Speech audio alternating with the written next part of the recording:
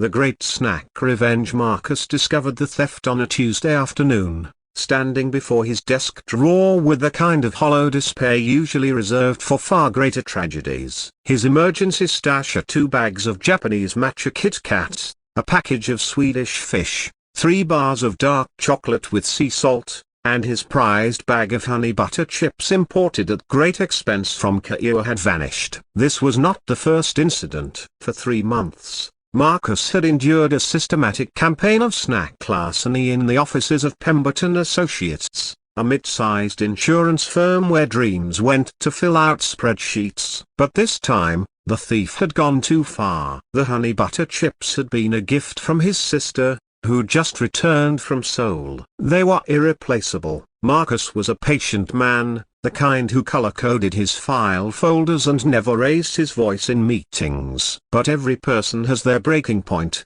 and his came in the form of empty wrappers stuffed carelessly in his trash car. No evidence the perpetrator hadn't even bothered to hide. He sat down at his desk and opened a new document. At the top, he typed, "Operation Snack Justice." The investigation began immediately. Marcus started cataloging every detail about his co-workers' movements, snack preferences, and alibis. He installed a small motion-activated camera in his drawer, disguised as a phone charger. He began bringing in decoy snacks, a deliberately mediocre granola bars and chalky protein cookies, to see if the thief was indiscriminate or had refined tastes. The answer came within a week. The decoys remained untouched. Whoever was stealing his snacks was a connoisseur. Marcus expanded his surveillance. He noticed patterns. Chelsea from accounting always had mysterious snacks she claimed were just from the vending machine, but the vending machine hadn't been restocked in 3 weeks. Brad from sales bragged about his snack hauls but never seemed to bring anything from home.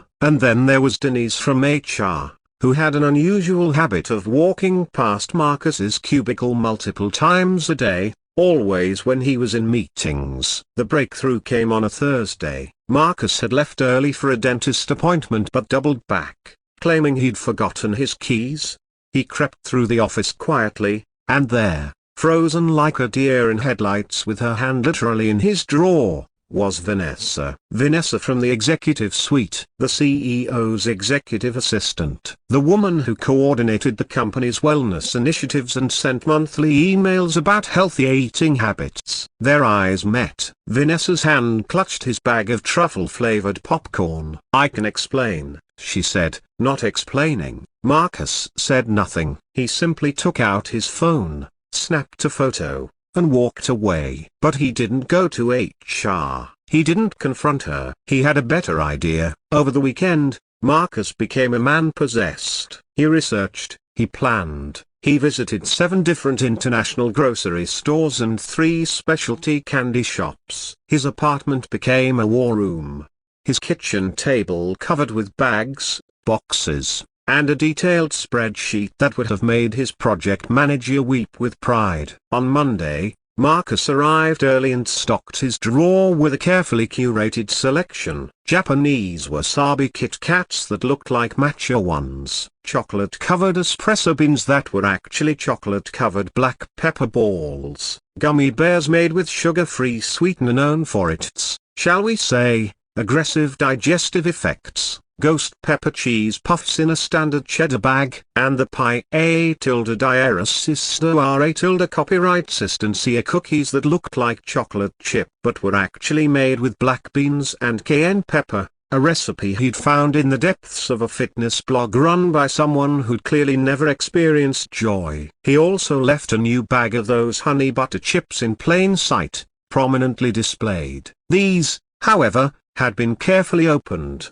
consumed, and refilled with meticulously crafted replicas made from rice cakes, butter-flavored Crisco, and enough Carolina Reaper powder to make a grown man question his life choices. Then Marcus waited. He didn't have to wait long.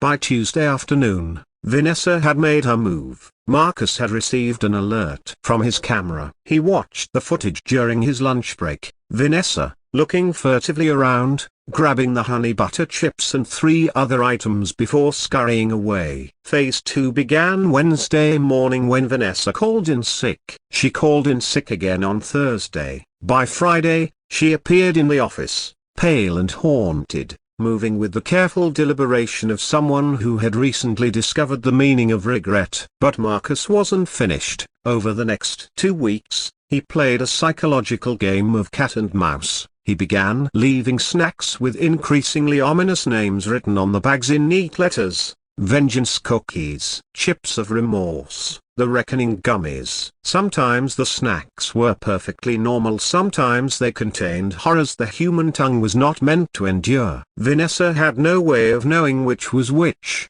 but she kept stealing them, apparently unable to break her habit despite the Russian roulette of flavors. Marcus watched with scientific interest as Vanessa developed a visible twitch. She started bringing her own lunch. She walked past his cubicle on elaborate detour routes. She began leaving anonymous snacks on other people's desks, a penance, perhaps, or an attempt to shift suspicion. The final act came during the monthly all-hands meeting. Marcus had prepared a presentation on office resource management, which he'd somehow convinced the management team was related to efficiency improvements. His slides began innocuously enough, discussing shared supplies and resource allocation. Then came the slide titled "The Hidden Costs of Office Snack Theft." The room grew quiet as Marcus presented carefully redacted security footage showing only hands and snacks, no faces, documenting 3 months of systematic theft. His mathematical calculations showed the thief had stolen approximately $437 worth of snacks from various employees. His psychological analysis discussed the profound betrayal of office trust and its impact on workplace morale. Vanessa had turned the color of old yogurt. But Marcus's final slide didn't call for punishment. Instead, it proposed a solution. A communal snack fund where everyone contributed $5 a month for a shared stash of quality snacks. No theft necessary, no judgment, a fresh start. Everyone deserves good snacks,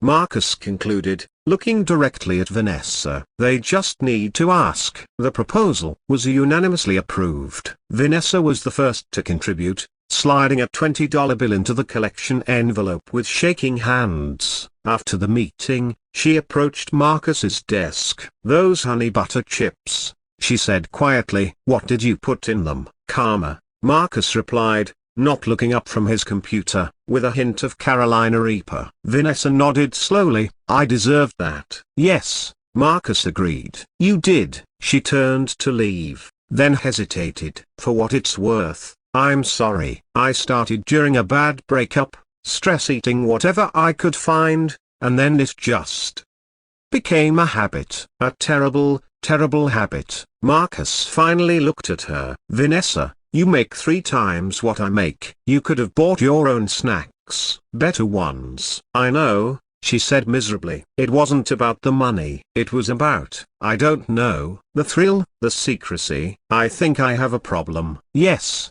Marcus said again. "You do, but at least now you're aware of it." 3 months later, the communal snack fund was the most popular initiative in the office. Vanessa ran it with the dedication of someone seeking redemption, rotating selections, taking requests, even organizing monthly tastings of international snacks. She never missed a contribution deadline and always added extra from her own pocket. As for Marcus, his personal drawer remained stocked with his favorites, the real ones this time, and they remained untouched.